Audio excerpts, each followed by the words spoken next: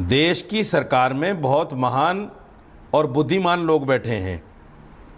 उनकी जो foreign policy पर नज़र है वो मेरी और आपकी नहीं हो सकती। क्या ये बात खेल सिर्फ गेंद और बल्ले का खेल नहीं है। अच्छा, आपको याद होगा 1987 में जनरल जियाउल हक मैच देखने के लिए आए थे तो कशीदगी कम हुई थी। नफरत किसी मसले का हल नहीं है। सबको दिखाइए प्लीज, वीडियो दिखाया। ये जो नफरत बोई जा रही है देश में, ये नफरत किसी मसले का हल नहीं है। नहीं, किसके तरफ नफरत? आपको क्या प्यार है पाकिस्तानियों से?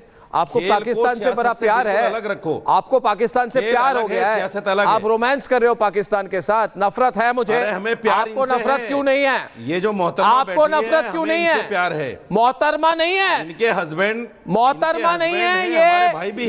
ये शहीद शुभम द्विवेदी की धर्मपत्नी है। ठीक से बात करिए इनके साथ, उंगली दिखाई दिखाई ना करे। मैं मोहतरमा इज्जत के साथ ही नाम ले रहा हूं। मोहतरमा इज्जत के साथ नाम लिया जाता है। मोहतरमा उसी को कहते हैं जिसको इज्जत के साथ नाम लेते हैं। इनके अगर वो शोहर थे तो हमारे भाई भी थे।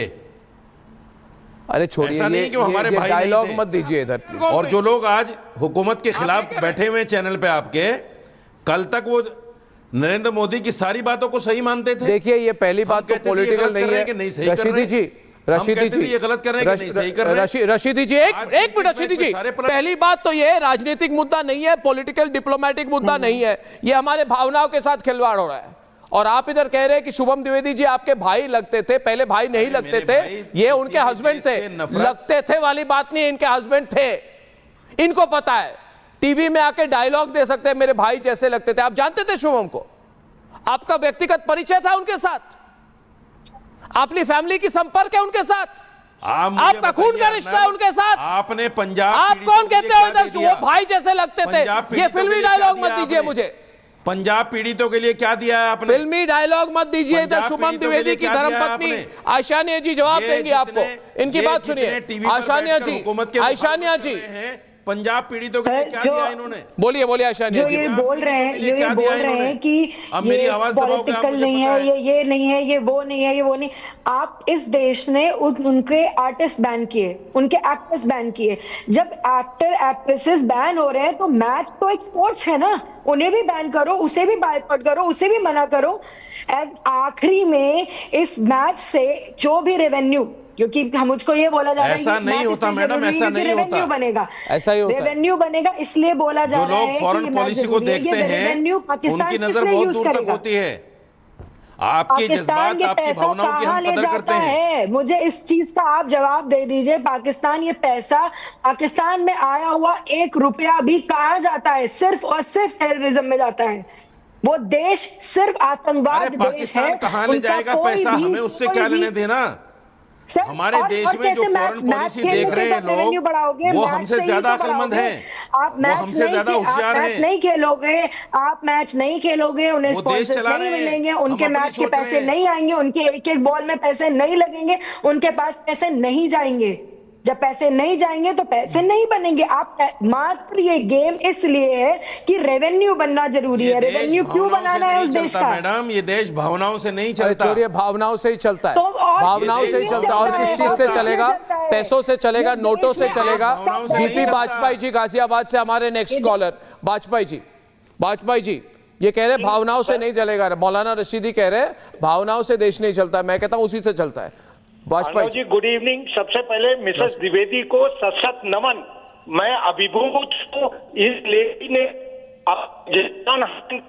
6 महीने पहले खोया हुआ है और हमारे सामने यहाँ पे लूथरा जी, रशीदी जी और अतुल जी बैठे हुए हैं। मुझे इनकी सोच पे शर्म आ रही है कि ये, मैंने सोशल मीडिया में पढ़ा है, इस मैच से पाकिस्तान को 600 करोड़ रुपए करीब का फायदा होने जा रहा है। और वो पैसा कहाँ जाएगा? अभी IMF ने पैसा दिया, वो सारा पैसा आतंकवादियों के मुख्यालय को बनवाने के लिए दे दिया गया। इस पैसे से अगर कोई मिसाइल का इंडिया पे अटैक होता है और खुदा न खास्ता वो मिसाइल रशीदी जी या अतुल वासन या लूथरा जी के अभी भी बंद की जाए इसको, तब क्या इनको एहसास होगा? तब इनको एहसास होगा कि मैच जरूरी है, कि हमारे देशवासी जरूरी है, हमारा देश जरूरी है। और अभी आप सिंदूर चल रहा है, मुझे शर्म आती है, मुझे बीसीसीआई की सोच पर शर्म आती है।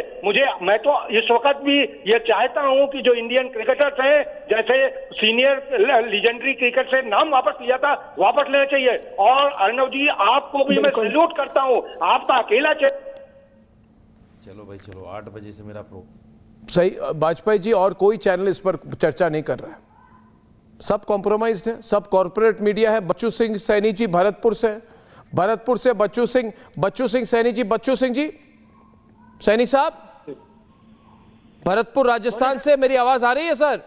आ रही है सर, आ रही है। आप क्या कह रहे हैं? आप देखेंगे इस मैच को?